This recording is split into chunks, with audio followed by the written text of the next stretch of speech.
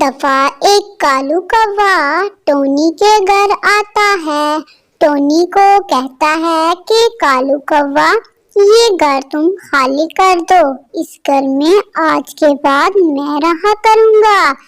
Tony کالو کوے کو کہتی ہے یہ گھر میں تمہیں کیسے دے دوں، یہ میرا گھر ہے۔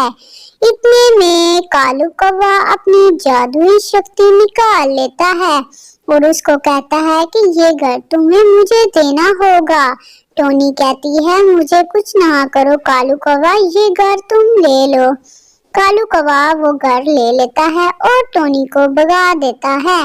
دوسری طرف ایک کبوتر نیلی چڑیا کے پاس آتا ہے اور اس کو بتاتا ہے کہ میں نے سنا ہے کہ کالو کوے کے پاس جادوئی شکتی ہے، اس نے ٹونی سے گھر لے لیا ہے۔ اتنا پیارا چھوٹا سا ٹونی کا گھر تھا، وہ کالو کوے نے اپنے قبضے میں کر لیا ہے اور ٹونی کو ادھر سے بھگا دیا ہے۔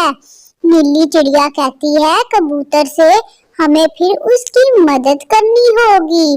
کبوتر کہتا ہے نہیں، اگر ہم نے اس کی مدد کی تو وہ کالو کوا یہ جو تمہارا گھر ہے یہ بھی لے لے گا۔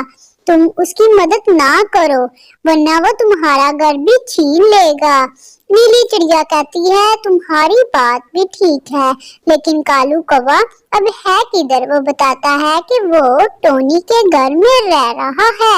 دوسری طرف پنکو چڑیا لیلا کے پاس آتی ہے اور اس کو بتاتی ہے کہ میں نے سنا ہے کہ ٹونی کا کالو کوے نے گھر لے لیا ہے، ہمیں اس کی مدد کرنی ہوگی۔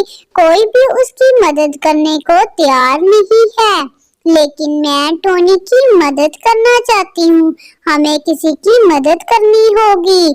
لیلا کہتی ہے ٹونی کی مدد میں نہیں کر سکتی، تم ایسا کرو تم ٹونی کی مدد کر آؤ، کیونکہ میں اس درخت سے اڑ نہیں سکتی۔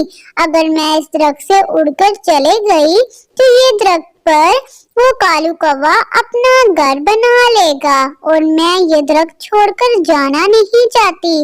لیلا کہتی ہے پنکو سے، پنکو کہتی ہے ٹھیک ہے، میں تمہاری مجبوری کو سمجھ سکتی ہوں اور میں اب جا رہی ہوں کالو کوے کے پاس اور اس سے کہتی ہوں کہ تم ٹونی کو اس کا گھر واپس کر دو، یہ تم اچھا نہیں کر رہے۔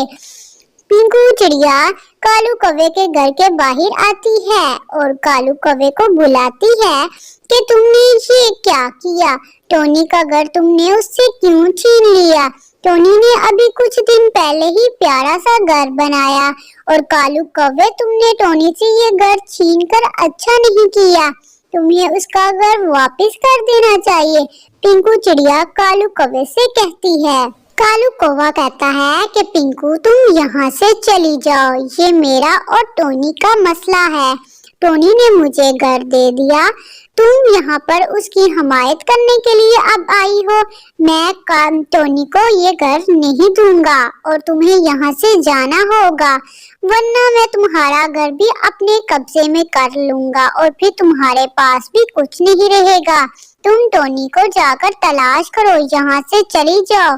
پھر ٹونی کے پاس پنکو چلی جاتی ہے اور اس کو کہتی ہے کہ میں کالو کوے کے پاس گئی اور اس سے میں نے کہا کہ ٹونی کو اس کا گھر واپس کر دو، لیکن کالو کوا تمہارا گھر واپس کرنے کو تیار ہی نہیں، وہ کہہ رہا ہے یہ میرا اور ٹونی کا مسئلہ ہے، میں اس کو یہ گھر نہیں دوں گا۔